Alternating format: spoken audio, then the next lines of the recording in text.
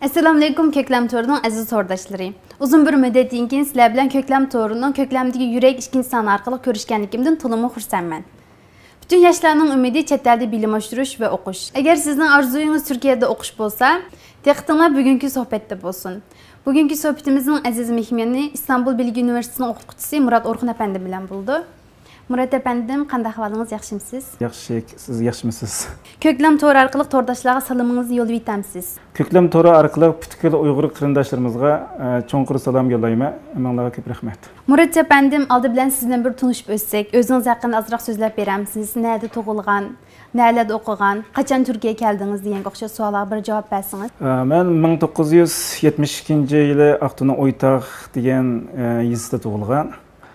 Ondan keyin maktablarni shu tugatgandan keyin to'liq o'tiridan boshlab A3da shaharlik birinchi o'tirib tugatgan.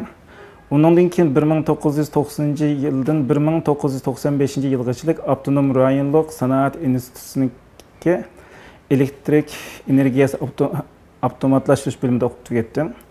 Undan keyin u bir yil Manas elektrik stansiyasida ishladim. Keyin aspirantlik o'qish uchun Turkiyaga keldim. Türkiye'de 1998'den 2001 yılgacha Yıldız Teknik Üniversitesi'nin bilgisayar yani kompüter mühendislik bölümünde aspirantlık tamamladım, tükettim. Keyin 2003 yıldan 2010 yılgacha İstanbul Teknik Üniversitesi'nin kompüter bölümünde doktorluk okuşumu tamamladım. Ve o jarayonda aynı vaqtda doktorluk okuyatkan jarayonda İstanbul Bilgi Üniversitesi'nde hizmetke başladım. 2006 yıldan yani 2010 yardımcı o'qituvchilar ishladim. 2010dan boshlab dotsent bo'lib ishlayotiman. Murat apandim, sizdek tirishchan doktorlarimizning bo'lganligidan faxrlanamiz. Uyg'ur o'quvchilar uchun chekkan jafoyingizga rahmat deymiz. Endi bugungi suhbatimizning asosli temasi Turkiyada o'qish haqida to'xtalsak. Oldi bilan haqsiz o'qish haqida bizga ozroq ma'lumot bersangiz. Turkiyada haqsiz o'qish nima? Bu yil chiqqan yangi siyosatlarda nima o'zgarishlar bor va burunqisiga o'xshamaydigan qanday ahvollar bor? Bu haqsiz o'qish degan gap aslida bir mukofotliq o'qish. Bu o'qish Turkiyada aslida 1990-yillar boshlangan. Bo'libmi O'rta Osiyodagi jumhuriyatlar mustaqil bo'lgandan keyin Turkiya davlati ashiyadagi turk qarindoshlarga yordam qilish uchun Turkiya akilib o'qitish uchun chiqargan bir o'qish mukofotliq bir o'qishdi bu. Bu jarayonda nurg'un o'quvchilar Turkiyaga keldi, o'qish bitirib ketdi. U vaqtda tabii normal bir şekilde biz Uyg'urlarimiz foydalangan bo'ldik. Ammo bu yil bu sistem butunlay o'zgarib ketdi. Buni o'zgarib ketishining birdan bir sababi o'tgangi 20 yil jarayonida, ya'ni 1990-yildan 2011-yilgacha o'tgan bu 20 yil jarayonida Turkiyaga kelgan o'quvchilarning o'qish bitirish nisbati bek tuvan bo'lgan.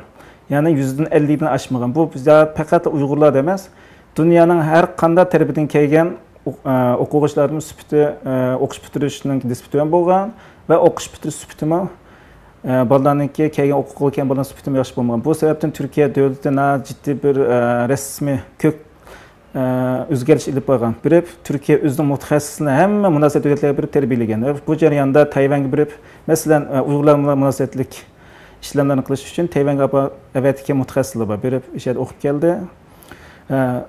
Asosliqqa ko'kdan o'zgarish shunda qilsak bo'ldi. Burun bevosita bolalar Turkiyaga keladi. Buningga yangi o'zgarishda o'quvchilar bevosita Turkiyaga o'zi kelmaydi. Turkiyaniki tanlagan maxsus mutaxassislari munosabatli davlatlarga birib o'quvchilar bilan birma-bir yuzma-yuz ko'rishib, o'z tanlab ekilyapti.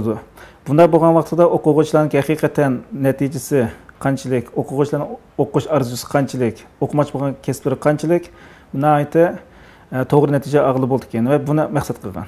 Masalan, eski kona usulda bundaylik o'zi talash bo'lmaganligi uchun o'tirliqda bu bir tijoratga aylanib ketgan bu. Yolg'iz Uyg'urlarda emas, bu dunyo bo'yicha O'rta Osiyoda ig'ir bir tijoratga aylanib ketgan bo'lib, xalqlar chunki haqsiz degan o'qish bo'lganligi uchun bu, ya'ni haqsiz degan gap o'qish puli haqsiz, yotoq haqsiz, tomoq haqsiz, avtobusga chiqadigan biletlar haqsiz bo'lg'achqa buni xalqlar sana Turkiyada bana pul bersen sen Türkiye'de xalqan maktabda xalqan kasbda o'rlashtirib qo'ymaydi deb ig'ir tijoratga aylanib ketgan. Hatto o'sha yerda guruh shakllantirib o'quvchi ta'minlaydigan, qo'ldan qo'lga o'tkazadigan bo'lib, Turkiya bir o'quvchi ekilish haqqi 30 ming xalq puli g'ichlik ketgan bu. Masalan bizda Uyg'urlarda O'rta Osiyoda shuni olib ketdik. Shunga buni oldin o'tish uchun Turkiya davlati jiddiy tekshirish ilib kirib, hemen to'xtatib etdi. Turkiyada bu o'qishga tanlash uchun o'quvchilar o'zida nimalarni hazırlash kerak? Ve kelar yil iltimos qilgan bolalarga deydigan qanday tavsiyalaringiz bor? Başta Türkiye devleti burs berganlik uchun butkul chiqimini o'zi to'layotganligi uchun başta o'zi o'qitmoqchi bo'lgan kasblarni asos qildi. Ve bunun qarab her bir maktabda uningga qarab son bergan bo'ldi. Masalan, kompyuter mühendislik deymiz, tip deymiz, ashdan qarab turib ve bunun qarab turib bolalar kes tanlaydi, arzu tanlaydi. Shu arzuga qarab turib uning natijalariga qaradi. Masalan, to'liq kurs o'qiydigan bolalarniki to'liq o'tirib diploma natijalariga qaradi, muloqotlarga qaradi. Haqiqatan natijasi yaxshi bo'lgan bo'lsa, muloqot haqiqatan yaxshi bo'lgan bo'lsa ve o tanlamoqchi bo'lgan kasbda yetarlik son bo'lgan bo'lsa, uni tanlagan bo'ldi. Ammo son az, talab pek yuqori bo'lgan bo'lsa, qolib qoldi. Masalan, bu qatim bizning Uyg'urlardan tipma o'tgan bolalar bek az bek. Doktorlikda o'qigan bolalar az. Kelar iltimos qilgan bolalarga deydigan tavsiyasim yana shunday bo'ladi. To'liq o'tirib yaxshi o'qisin deymiz. Undan keyin Turkiyaningki yuksak o'rgatim kuruli deydi, oliy darajalik ma'rif boshqonligi deydi. Ashada har yili qabul qilgan o'quvchilarning sonini e'lon chiqarib qo'ydi, to'g'riga chiqarib qo'ydi. Manda kesibda manchiq o'quvchi olamiz deb ashdan qarab turib talasi bo'ldi, ammo bolalar shuni unutib qolmaslik lozim. O'quvchi hech bir vaqt faqat Uyg'ur o'quvchilar qarab tanlamaydi. Butkul dunyo xarakterli, yer shari xarakterli o'quvchi tanlaganligi uchun ashdan qarab qaror qilish lozim. Men buning ba'dimiga cho'qim shuni tanlayman deb ham qilib qolsa, u bola qilib qoldi. Mushqitimi nurg'un bolaning chiqmas sababi shu. Bizga fuqishimizcha ba'zan bolalar doktorlik deb 12 tane arzuga 12 tane doktor qazgan bolalar bor ekan. Butunlay. Shunga bu bolalar qilib qoldi. Nimishqa doktorlikning nomeri pek yuqori bo'lganligi uchun, son az bo'lganligi uchun u bolalar hech qanday maktabga tanlanish o fursatini qochirib qo'ydi. To'liq o'tirmaydi da yaxshi natija ilish. Aspirant o'qish uchun bolalarniki agar haqiqatan ingliz natijasi bo'lsa deymiz, IELTS deymiz, yo GRE, GMA tekimat falan qatorliq natija bo'lib qolib qolsa, bu bek yaxshi ekan. Bo'libmi agar doktorlik o'qigan bolalar deymiz, agar ular burun qilgan tadqiqotlari bo'lsa, ilmiy maqolalar bo'lsa, ashni arzusi qo'shib yozsa, yuzturan intamini ashni o'tirib qo'ysa, u bolaning tanlanish nisbati bek yuqori bo'ldi ekan. Yana bir-biri ijtimoiy fanga tanlash nisbati bek yuqorilab ketib bo'ldi. Bultum shunday bo'lgan, bu yilma asosiyatni ijtimoiy fan asos qilib tanladi bolalar. Murat efendim, bu haqsiz o'qishdan boshqa Turkiyada yana qanday o'qish yo'llari bor? Haqliq o'qigan chaqda qanchalik pul ketishi mumkin? Albatta tabiiyki bor. Turkiyada bu haqliq o'qish, haqsiz o'qish deymiz, mukofotli o'qish, ba'zan bolalar xandlik o'qish deydi. Albatta bunun soni cheklik bo'ldi. Har qanday dunyoning har qanday yeri qolsak, shu Amerikami shu deymiz, Yevropami shu deymiz. Undan boshqa ba'zan albatta o'zining iqtisodini o'qiy oladi. Turkiyada bu yil bu o'qish qabul qilish, chet ellik o'qishni qabul qilish shakli o'zgargan bo'lib ketdi. Ba'zi maktablarda bular Turkiyada oliy maktab qonunlari butunlay o'zgarib ketdi. Ya'ni o'qish xarajatini har bir universitet o'zininki ixtiyorligi, erkinligi bilan belgilaydigan qoldi. Masalan, Maqeta İstanbul Teknik Üniversitesi 700 lira Türk pulu aldı ekan. Mesela Sakarya Üniversitesi desek 130 lira, 140 lira. Qarana 6 qat farq bor, 5-6 qat farq bor yani. Bu iniq emas, o'qiydigan maktab qaraydi. Biri yana o'qimoqchi bo'lgan kasbga qarab turib o'zgaryapti. Endi siz dedingiz bir oyda qancha pul ketishi mumkin dedingiz. Bu Turkiya sharoitida o'xshamaydi. Masalan, Istanbul, Ankara, Izmirga o'xshash cho'ng shaharlarda yashayman desangiz, o'xshash bizning vatanda o'xshash cho'ng shaharlarda hayot qimmat bo'ladi. Agar siz uzoqroq yerda qilman desangiz, hayot azam bo'ldi. O'qish pulidan yetaqni o'ylasangiz, tabii odam degan pul bo'lsa xajlamaysiz, oyda nurg'un pul ham yetmaydi yana. O'rtalama shu balkim shunaqa qilib hisoblasa bo'ldi, $200 yoki $300 ketishi mumkin endi. Eng qisqa hajlisi. Turkiyada o'qish siyosati yildan yilga o'zgarib turmoqda.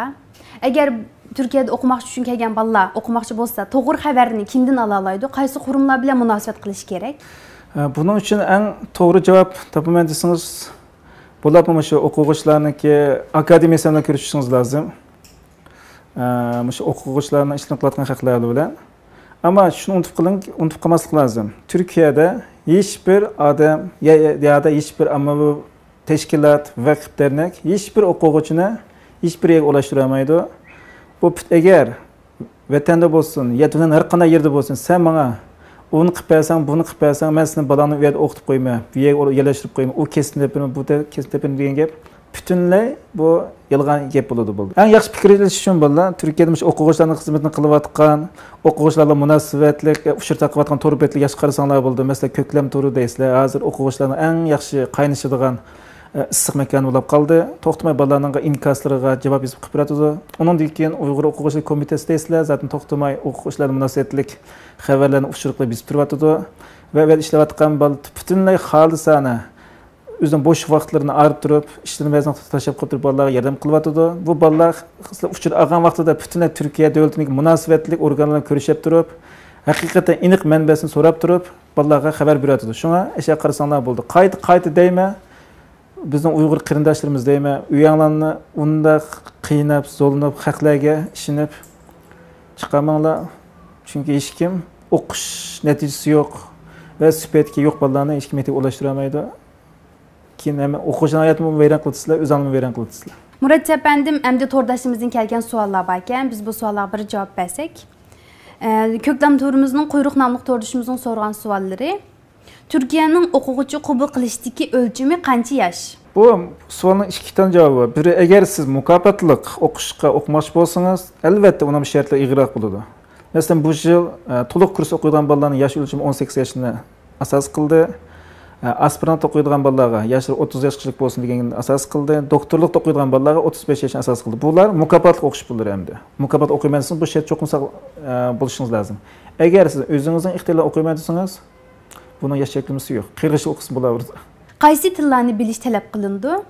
Bu o'xshagan siz o'qimoqchi bo'lgan kasb qarab o'zgaradi. Turkiyadagi universitetlarda hozir ba'zi universitetlarda butunlay %100 tamoman inglizcha eğitim beradi. Ba'zi maktablarda ham turkcha eğitim beradi. Shuni siz o'qimoqchi bo'lgan kasb qarab turib, turkcha va inglizcha asos qildi, ammo siz albatta chet elda o'qiyman degandan keyin boshda shu tilni yaxshi o'qishingiz lozim. Ya'ni bu biz Turkiyaga munosabat qilayotgandan keyin albatta tabiiy turkcha muhim. Undan sonra inglizcha keldi. Diyorimizda o'rta maktab diplomi bor kishilarning o'qish imkoniyati bormi? Bu savolmi? O'qish imkoniyati bormi degan vaqtingizda bu aslida bor desak bo'ladi. Nima bor deymiz? Agar siz pasport ola olsangiz, evet, bu yerda kelib o'qiy olasiz. Ammo hozir u yerda qonun tuzumida qaragan vaqtimizda 18 yoshdan kichik bolalarga pasport bermaydigan ishlar bor ekan. Bu sababdan satasiz. Agar uni olib qila olsangiz, mishada ota-onangiz yoki ega chiqadigan haqiqiy dedilikqa ega chiqadigan bir odam bo'lsa o'qiy olasiz. Chunki yoshingiz kichik bo'lganligi uchun sal tez. O'qitish usuli Yevropa, Amerika bilan o'xshamdi? Butunlay o'xshaydi. Masalan, hozir Istanbul Texnik universiteti deymiz. Hozir darslari butunlay Amerika shaklida dars o'tadi. Olgan diplomini hech qanday tarjima qilmay bevosita Amerika va Yevropada ishlata olasiz. 5-savolga o'tsak, o'quvchilarning tamoq, yotoq, o'qish ishlari qanday o'rinlashtirildi? Bu yana deganimga o'xshaydi. Agar siz mukofotli o'qishda kelgan bo'lsangiz, buni davlat o'zi bir tutash o'rinlashtiradi. Masalan, bu qitimmi undan kelgan bolalar, hatto chet eldan kelgan butkul bolalarni Turkiya davlati aeroplan bilet berdi. Aydirimda o'zlari maxsus sayohat shirkatlari bilan anglashma to'xtamnoma tuzib, bolalarni aydirimni kutib oldi. Hatto uxlaydigan yotqizchilik olib qo'yib qaytib keldi. Bu shaklda. Andan keyin tamoqmi shu edi. Yotoqda tamoq maqsadi yedi bolalar. Yaxshisi degan vaqt deganlik, uni tamoq pulini davlat beradi degan gap, Turkiya davlati beradi deymiz. Kiyim yilda bir qitim yordam pul deydi, kitob qalam qog'oz pulini beradi, yilda bir qitim kiyim-kechak puli beradi bularga. Bu mukofotlik pul. Ammo siz o'zingizning iqtisodini o'qiyotsangiz, evet, buni ayrim tushunish lozim. Bir tarafdan o'qib, bir tarafdan ishligili bo'lamdi. Agar siz bu savolni to'liq kursda o'qiydigan o'quvchilar desangiz, bu tez bu. Chunki Turkiyada men o'qishib ishlayapman, 7-8 dan dars olish lozim bolalar bir mavsumda. Bu degan gap, atgan kechgacha boshqa ko'tarmay dars o'qishi lozim. Bu bek tez. Zaten sirf bu sababdan tufayli bizning nurg'un Uyg'ur o'quvchilarimiz mushta o'qishdan o'qiyolmay maktabdan chiqib qoldi. Qarasangiz ish bada qildi, bir kunlik, 2 kunlik ish. Pulga tatliq narsa. 2 kun darsdan qolgandan keyin 3-chi kuni kelsiz, darsni tushunmaysiz, intam o'tamagandan keyin asta-asta maktabdan chiqib qolasiz. Bu ichinish bir ahvol. Ammo aspirantlikqa deyman desangiz, bu masalada oson ish emas. Chunki aspirantlikda masalan, hatto to'liq aspirantlikka doktorlikni qilsa deylar, ikkita o'xshash. Chunki buni darsda oz bo'ldi. Masalan, 2 yilda 7 dan dars o'qishingiz lozim. Ammo bu darslar oson emas aslida. Tadqiqot qilishingiz lozim, ilmiy maqola yozishingiz lozim. Bo'lmasa o'qish bitirmaysiz. Ammo shunda desak bo'ladi, ba'zi narsa insonlar munosib. Agar bek o'zingizni zo'rlasangiz, kuchayman desangiz, ishlash to'liq kurs qilganda azroq bek jabochisingiz qilishingiz mumkin. Ammo biz buni ishlam demaymiz. Hozir o'qishimizga burun koni kelgan bolalardan aspirant o'qitib ishlagan bolalar hammasi maktabdan tushib qolgan. Hech qaysi o'qishni tugatib bo'lmadi. Ishlagan bolalarning hammasi o'qishni tugatolmadi. Turkiyada qaysi kasblar bir qadar oldi turdi? Turkiyada hozir eng ilg'or kasblar haqida birinchi bek orzu qilgan kasblarning ichida tipni deydi bek. Chunki doktorlikni bek orzu qiladi, doktorlik kasblarni va uning munosabatli kasblarni. Undan keyin kompyuter deysiz, tabiiy fan sohasi, undan ijtimoiy fan hozir son bular oxirgi 2-3 yilda Turkiya davlati bu ijtimoiy fanda o'qiydigan bolalarga bek tashviq qiladi, bek mukofot pulini chiqib beradi. Masalan, ijtimoiy fan degan vaqtda tarix deydi, falsafa. Buna o'xshash ijtimoiy fanlarni. Turkiyada o'qish bitirgandan keyin ish tepish imkoniyati bormi?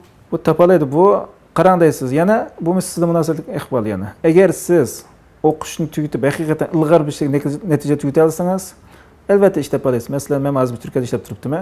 Buni qilsak bo'ladi. Ammo siz shuni unutib qolmasligingiz lozim. Siz bu yerda bir chet el bir davlatdan keldingiz. Va bir yerlik bir haq bilan nima qilsa raqobatlashasiz. Albatta inson boshda o'zining odamlarini ish qilishga tirishadi, orzu qiladi.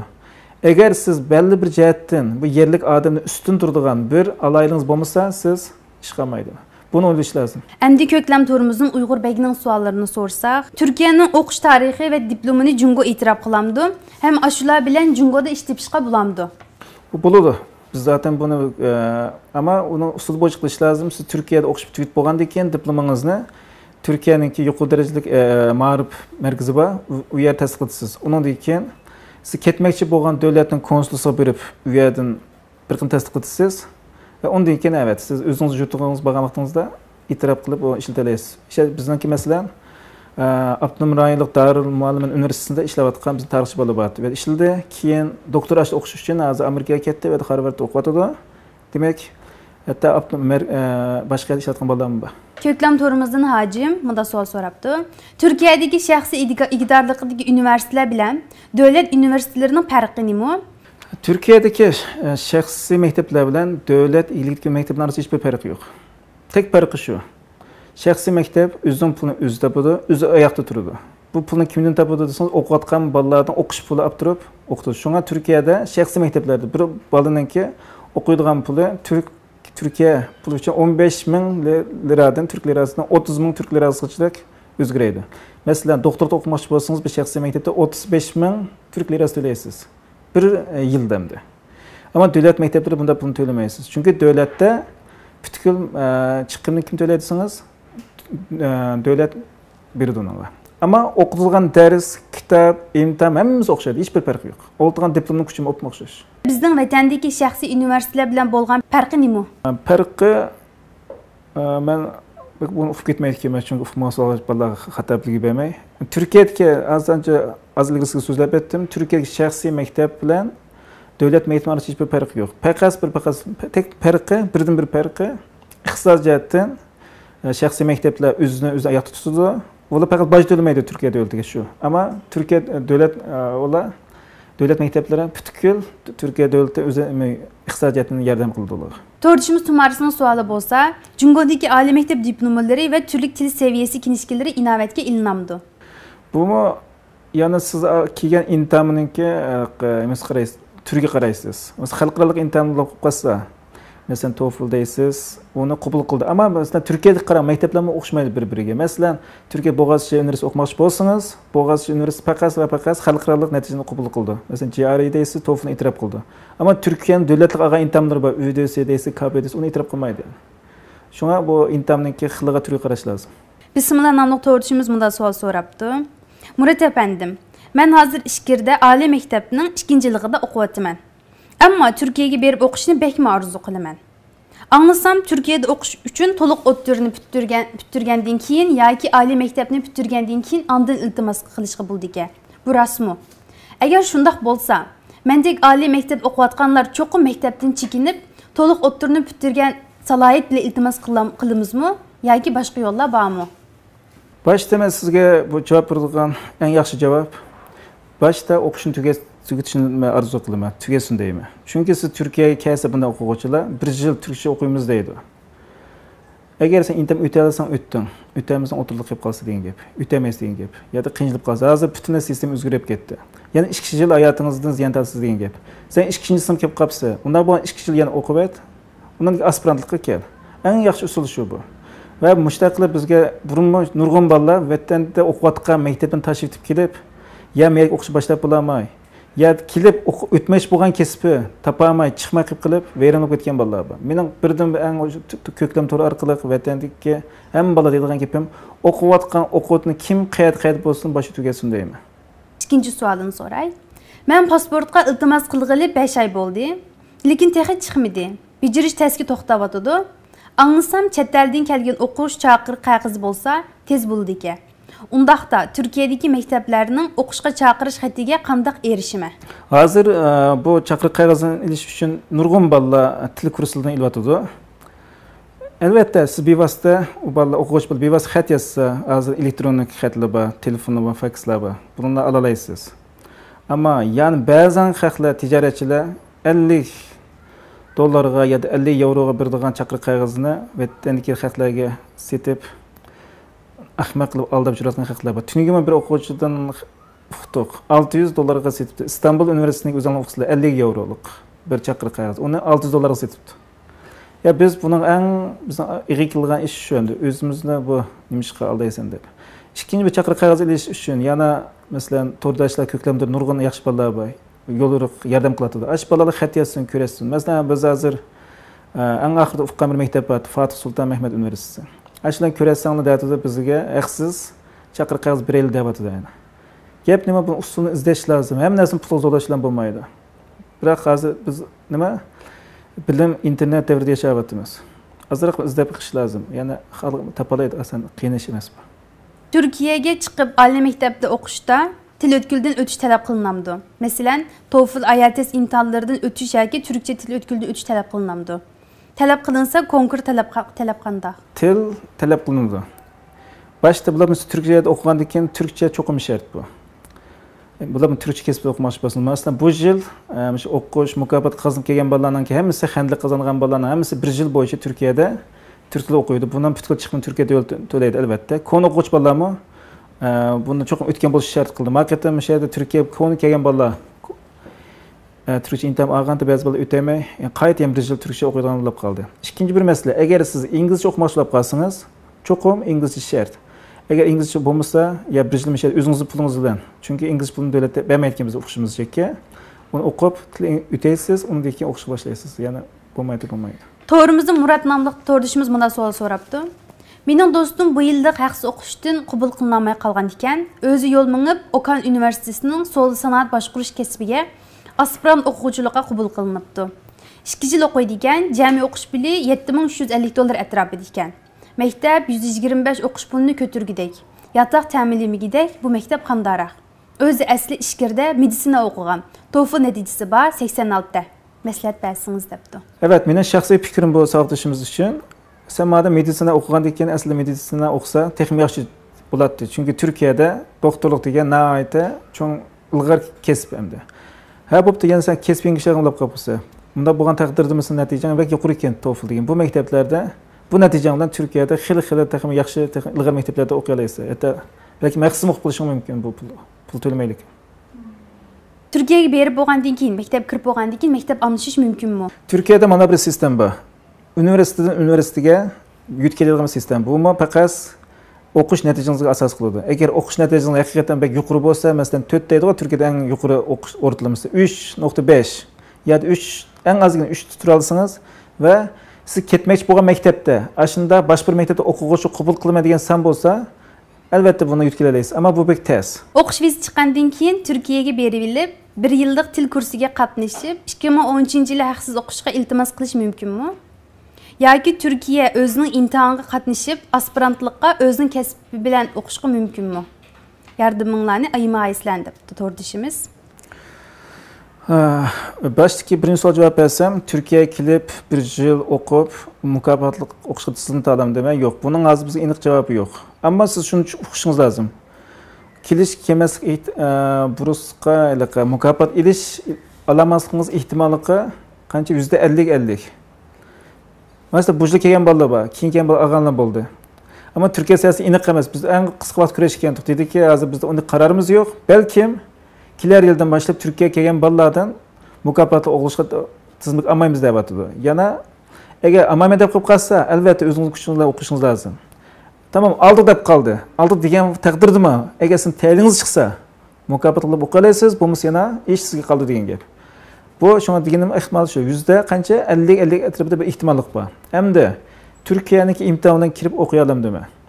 Bo'lmasa sizningki albatta sizningki o'qish natijangizga munosabatli. To'g'ri, Turkiyada shunday maktablar bor, kurslar bor. Misha o'qig'ach oliy maktabga kirish uchun tayyorlik qilgan imtihonlar bor. Ammo buni aniq o'qiyman gap yo'q. Chunki siz o'qimoqchi bo'lgan maktab ichilamdi, kesib ichilamdi, qanchadan sanaladi. Ununla bek munosabatli narsa. Shunga buni tushunish lozim. Yaxshi o'ylab. Murat efendim, sizning bu javoblaringizdan to'rdoshlar yardım bo'g'aliq ishimiz. Hozir yoshlarda Turkiyada o'qishning qizg'inlik bor. Sizning ular deydigan qanday yurak so'zlaringiz bor? Tabii yaxshi o'qish uchun, texmo yaxshi narsalarni o'qish uchun hammamizning arzusimiz shu. Chet ellarga chiqamiz, ya uyaga, bu yerga birish arzu qilamiz. Biz shu chet elga chiqib o'qib, misha kelyapmiz. Bola deydigan fikrim shu. Agar siz haqiqatan o'qish arzungiz bo'lsa, haqiqatan o'qiydigan bir arzungiz bo'lsa, kelib o'qisangiz bir boshqa ish qilaysiz. Ammo Turkiyaga berib o'qig'ach, ya uni qilmay, buni qilmay desangiz, bu basharamaysiz, g'alaba qilmaysiz.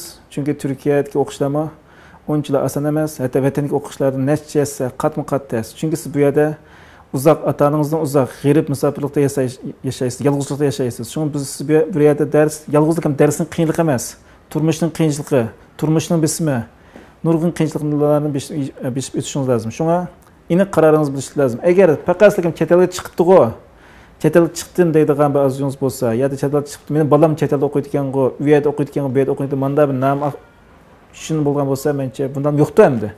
Hech kerak yo'q bunga. Ko'klam to'ri orqali vatan ichi va sirtidagi qarindoshlar deydigan qanday yurak so'zlaringiz bor? Yurak so'zim shu.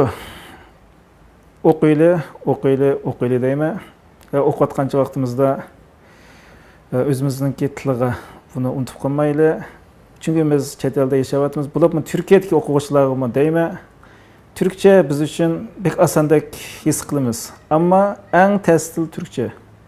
Lekin boshqalarning tez, ammo turkcha bek tez bizning uchun. Bir qarasangiz osondek his qilasiz, ammo qolsangiz oson emas turkcha. Chunki turkchalar uyg'urcha bek yaqin. Haqiqatan bir tilni o'rganmay desangiz, o tilga hurmat qilmay desangiz, haqiqatan to'g'ri o'rganishingiz lozim. Bo'lmasa o'zingizga qarashdiki, odamga hurmatsingizni unutib qolgan bo'lasiz. Ham buni o'rgangan vaqtingizda Uyg'ur tilini unutib qolmasligingiz lozim.